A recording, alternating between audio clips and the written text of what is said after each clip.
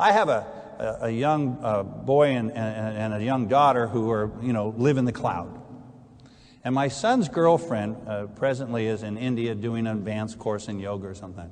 And I go into his room, and his laptop was up, and there's his girlfriend on the laptop, and she's got her laptop up. And they weren't even talking to one another. They were going about doing their own thing in their room, but then they would periodically come over and chat.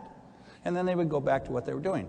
And I asked my son, I said, "Hi, Lyra," that's his girlfriend. I said, "Ben, can you give me the latitude and longitude of where you are right now?" He said, "Dad, I'm in the cloud. It has no latitude and longitude." Now, those children look like us, but they're really not us. Okay. They're aliens, and they are the generation that are living in the cloud. My vision is actually to turn the Titanic into an underwater museum. Now, the next few slides, you're going to say I'm crazy. I am crazy, so let's not worry about that.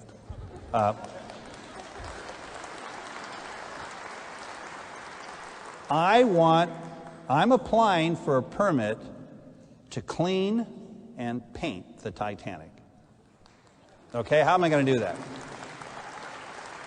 When I found the Titanic, my first view of the Titanic was right here. And I came in on it, you don't see it far away, and all of a sudden I came in here and it was a wall of steel rising out of sight. And this is the picture, the first picture I ever took. That is the bilge keel. The bilge keel is this little bilge keel. It's a little flange that helps it from rolling. Right from here, that's the picture is taken right here, and you see the anti-fouling paint still working. This drip's coming from there's no marine fouling and there's no rusting of that surface. Now, obviously, they didn't think to paint the whole ship anti-fouling paint. But we now do that with super tankers. When we build super tankers now, they're so large we can't dry dock them. And there actually is technology to clean and paint super tankers underwater. And the kind of technology they use both above water and below water is they have these little cleaners, and they go on with a magnet. They attach to the hull, and they just go along, and they clean the hull. Here they are, just cleaning the hull. And then you can actually apply, this is underwater version of it, but just get rid of that guy and just take it deeper. And you can actually paint underwater. They now have epoxy paints that you can apply underwater. Now, when I talk to people about this, adults sort of roll their eyes. Kids say, "What color are you going to paint it?" They quickly leap over whether I can do it or not. And we've actually decided to paint it a rusty color so that it looks like it looked back then. So what we want to do, see, the key with the Titanic, let me back up here for a second. The key is don't let the ship splay open. That's the important thing to not have. Fortunately, it went into the bow. This anchor, I can stand on the bottom of the ocean and touch the anchor. That's 60 feet of the ship is in the bottom. So the nose is in the bottom, which by its mere force, and it was 4 days old when it went in. And the mud's anoxic. So actually, if I excavate it here, which I don't suggest, you will see a beautiful paint job. That should be beautiful paint from 4 days old in that anoxic mud. So that is already holding it together. But what you want is you don't want this ship to splay. And the reason for that is as you go deeper into the Titanic, I don't know if you saw the last issue of National Geographic, when they went into the Turkish bath, with the deeper into the ship, the more preserved it is. There's no internal circulation. It goes anoxic. So we were seeing furniture, we were seeing organic material, probably people at some point, that are perfectly preserved the deeper you go into the ship because there's no internal circulation. You can also put preservatives inside. So to do this, I estimate it won't take me much. I obviously will concentrate on the flat surfaces that I can, so the rivets are painted and they don't splay. If it's working for 100 years, I only have to do it once in another 100 years. So that is actually the plan, because then you can actually broadcast that. So how are we going to do that? Well, we have that technology.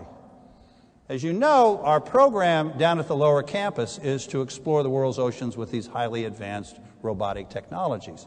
Remember that the cartoon, and remember that what we want to do is to create a telepresence. So it won't be that difficult. In fact, as you know, in 2004, when we went to the Titanic, we did it live to the world. So it's a piece of cake, piece of cake. And so that's what we're looking at. We're looking at taking this telepresent technology and being able to come to the world with our satellite links, as we're now doing with the Nautilus, and coming into the Inner Space Center down on the lower campus. Because the promise that we've made to our sponsors, which is an amazing promise, is that our ship of exploration will go where no one has gone before on planet Earth. I just love saying that. Go where no one's on planet Earth. and if we make a discovery, we will just deliver the best mind in America to that point of discovery within 30 minutes. So we have this kind of telepresent technology. This is our Inner Space Center. You got to come down. You're always welcome at the Inner Space Center. Don't think it's a place you can't come. Please come down to the Inner Space Center. Dwight Coleman's here tonight. He's the director. We just got several thousand people coming tomorrow, so I hope you're ready.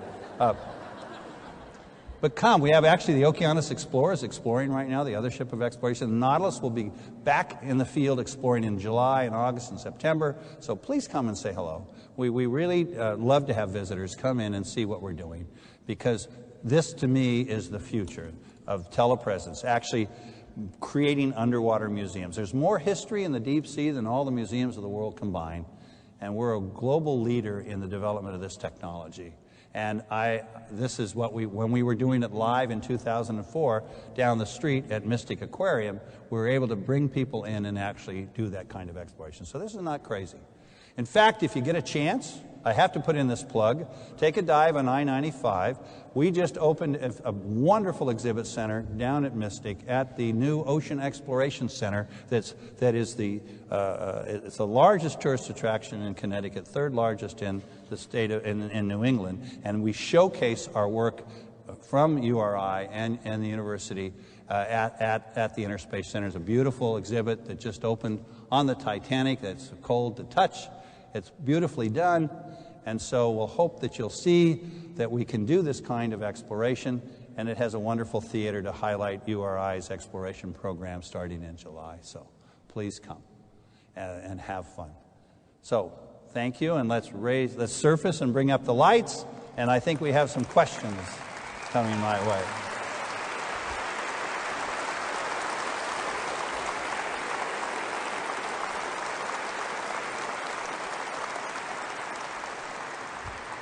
There we are. The envelope, please. Please welcome to the stage Provost and Vice President of Academic you can Affairs turn the at lights the University back of Rhode on. Island, Dr. Donald DeHaze.